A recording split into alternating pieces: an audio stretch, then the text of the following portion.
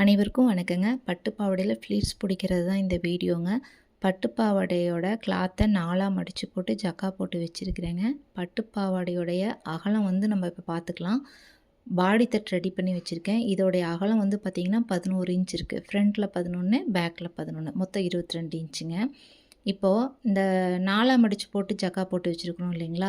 இந்த 4ல் ஒரு பாகத்தை அளந்து பார்த்தோம்னா மொத்தம் 17 வருதுங்க. இந்த 17 இன்ச்சில் 4 ஃப்ளீட்ஸ் பிடிச்சோம்னா ஒன் சைடு 4 ஃப்ளீட்ஸு. அப்போ வந்து ஃப்ரண்ட்டில் மொத்தம் 8 ஃப்ளீட்ஸ் வரும், பேக்கில் 8 ஃப்ளீட்ஸ் வருங்க.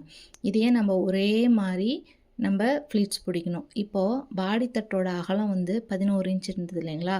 அப்போ அந்த 11ல் ஒன் சைடுன்னு பார்த்தோம்னா நம்ம 11ல் பாதி 5.5 வருங்க. அப்போ அந்த 5.5 இன்ச்சில் வந்து நம்ம அந்த 5.5 இன்ச்சை 4ஆக டிவைட் பண்ணிக்கலாங்க. அப்போ 1.25 ஒரு பாயிண்ட் வருங்க. இப்போ இதில் வந்து ஒரே மாதிரி இந்த ஃப்ளீட்ஸை வச்சு நம்ம பிடிச்சோம்னா ஒரே மாதிரி வருங்க. அடுத்த வீடியோவில் இது எப்படி கரெக்டாக கன்டினியூ பண்ணுறது, இந்த ஃப்ளீட்ஸை வந்து நம்ம கரெக்டாக எப்படி தைக்கிறதுங்கிறது அடுத்தடுத்த வீடியோ போடுறேங்க. ஒரு 2 வீடியோவாக இந்த வீடியோ வருங்க. தேங்க்யூ.